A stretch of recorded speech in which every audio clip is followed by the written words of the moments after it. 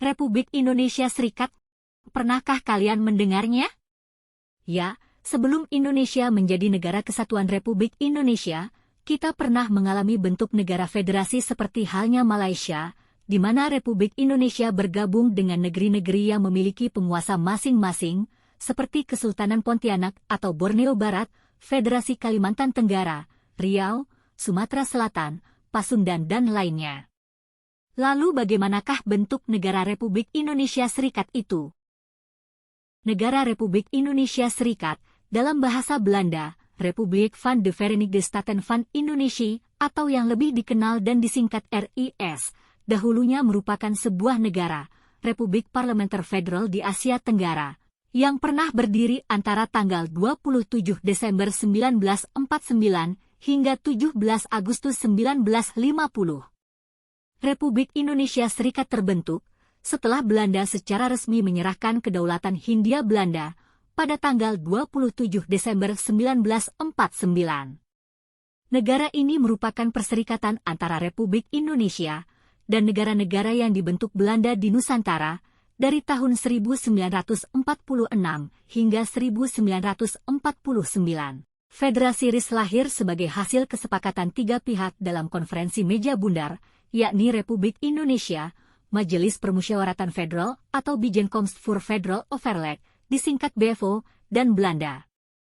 Kesepakatan tersebut disaksikan juga oleh United Nations Commission for Indonesia atau UNCI sebagai perwakilan PBB.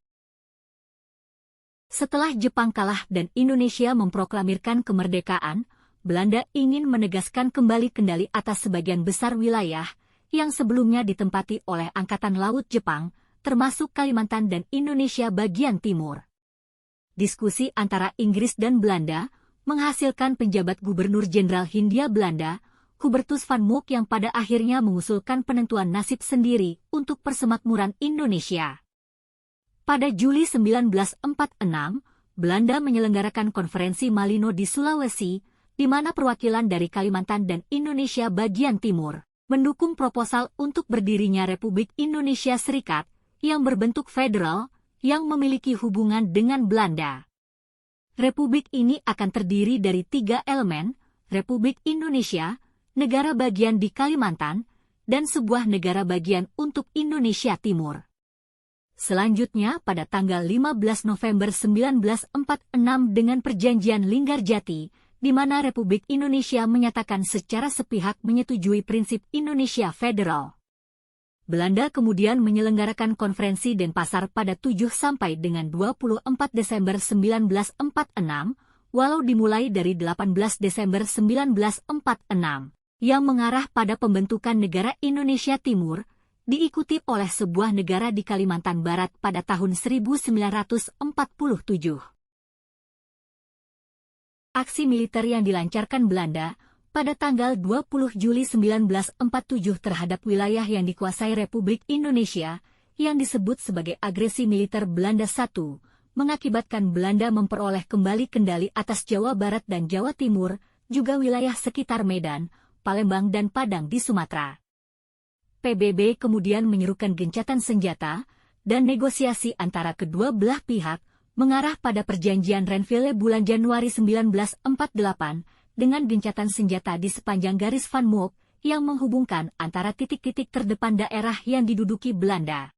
Belanda kemudian mendirikan negara-negara bagian di wilayah-wilayah yang mereka duduki, antara lain Sumatera Timur, Desember 1947, Madura dan Jawa Barat, Februari 1948, Sumatera Selatan, September 1948, dan Jawa Timur, November 1948. Para pemimpin di wilayah ini kemudian membentuk apa yang disebut sebagai Majelis Permusyawaratan Federal, Bijeenkomst voor Federal Overleg atau BEFO. Aksi agresi militer Belanda II, yang ditujukan untuk menghancurkan pihak Republik Indonesia, diluncurkan pada tanggal 18 Desember 1948. Meskipun Belanda berhasil merebut kembali kota-kota besar di Jawa, termasuk ibu kota Republik Indonesia di Yogyakarta, dan seluruh Sumatera kecuali Aceh. Hal itu memicu protes pengunduran diri Kabinet Negara Indonesia Timur dan Pasundan, Jawa Barat, serta Sultan Yogyakarta dari jabatannya sebagai kepala daerah. Belanda juga mendapat tekanan dari Amerika Serikat dan Perserikatan Bangsa-Bangsa, khususnya dalam bentuk resolusi Dewan Keamanan. Belanda setuju untuk bernegosiasi dengan Republik Indonesia untuk mengatur pengalihan kedaulatan. Konferensi meja bundar antara Belanda dan Indonesia berlangsung di Den Haag dari Agustus hingga November 1949 dan menghasilkan kesepakatan yang menyatakan bahwa Belanda setuju untuk menyerahkan kedaulatan Hindia Belanda kepada Indonesia, kecuali Nugini Barat. Akan tetapi, banyak kaum nasionalis Indonesia yang percaya bahwa Belanda telah memaksakan sebuah negara federal dalam upayanya untuk melemahkan atau bahkan memecah bangsa Indonesia sebagai bagian dari strateginya untuk kembali menaklukkan wilayah kepulauan Nusantara. Namun, pada 27 Desember 1949, kedaulatan resmi dilimpahkan kepada Republik Indonesia Serikat. Republik Indonesia Serikat merupakan sebuah negara republik federal dengan sistem parlementer.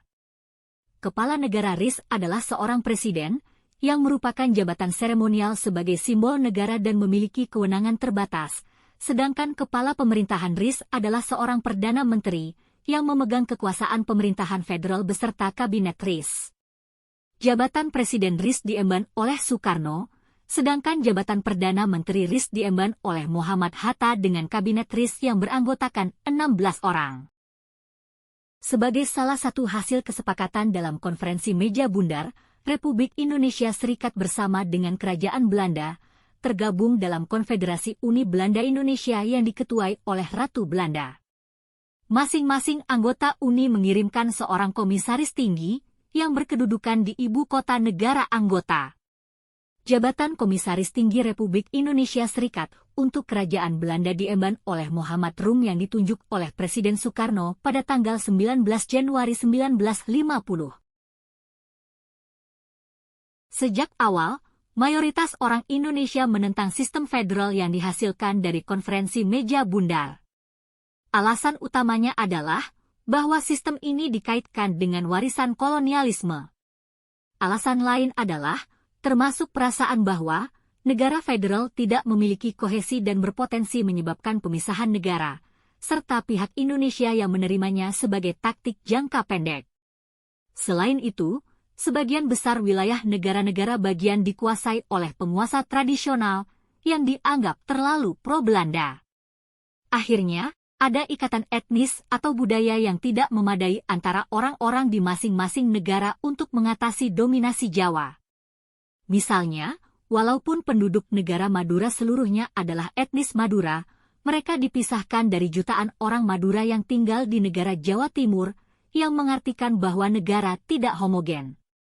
Bahkan pihak yang mendukung gagasan negara federal menginginkan bentuknya diputuskan oleh rakyat Indonesia sendiri, melalui suatu majelis konstitusi terpilih, bukan oleh bekas kekuasaan kolonial. Belanda juga mencoba meyakinkan orang Indonesia bahwa negara kesatuan berarti merupakan dominasi Jawa, meskipun hal ini tidak berhasil.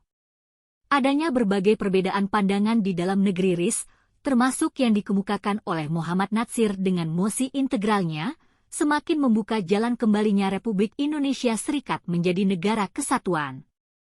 Pada bulan Maret dan April 1950, semua negara bagian dan daerah otonom RIS, kecuali negara Sumatera Timur dan negara Indonesia Timur, membubarkan diri untuk bergabung dengan negara Republik Indonesia di Yogyakarta. Dari tanggal 3 sampai 5 Mei, konferensi antara negara Indonesia Timur, negara Sumatera Timur, dan negara Republik Indonesia berakhir dengan keputusan untuk menggabungkan ketiga negara tersebut menjadi satu kesatuan. Pada tanggal 19 Mei, sebuah pengumuman telah dikeluarkan oleh pemerintah Federal Republik Indonesia Serikat, mewakili dua negara bagian yang tersisa dan negara Republik Indonesia, yang menyatakan bahwa semua pihak telah mencapai kesepakatan untuk bersama-sama membentuk kesatuan negara sebagai Republik Indonesia, yang diproklamasikan pada tanggal 17 Agustus 1945. Pengumuman itu juga menandai dibubarkannya negara Republik Indonesia sebagai negara bagian RIS. Republik Indonesia Serikat secara resmi dibubarkan oleh Presiden Soekarno pada tanggal 17 Agustus 1950, bertepatan dengan peringatan Hari Proklamasi Kemerdekaan Indonesia ke-5, dan digantikan oleh Negara Kesatuan Republik Indonesia.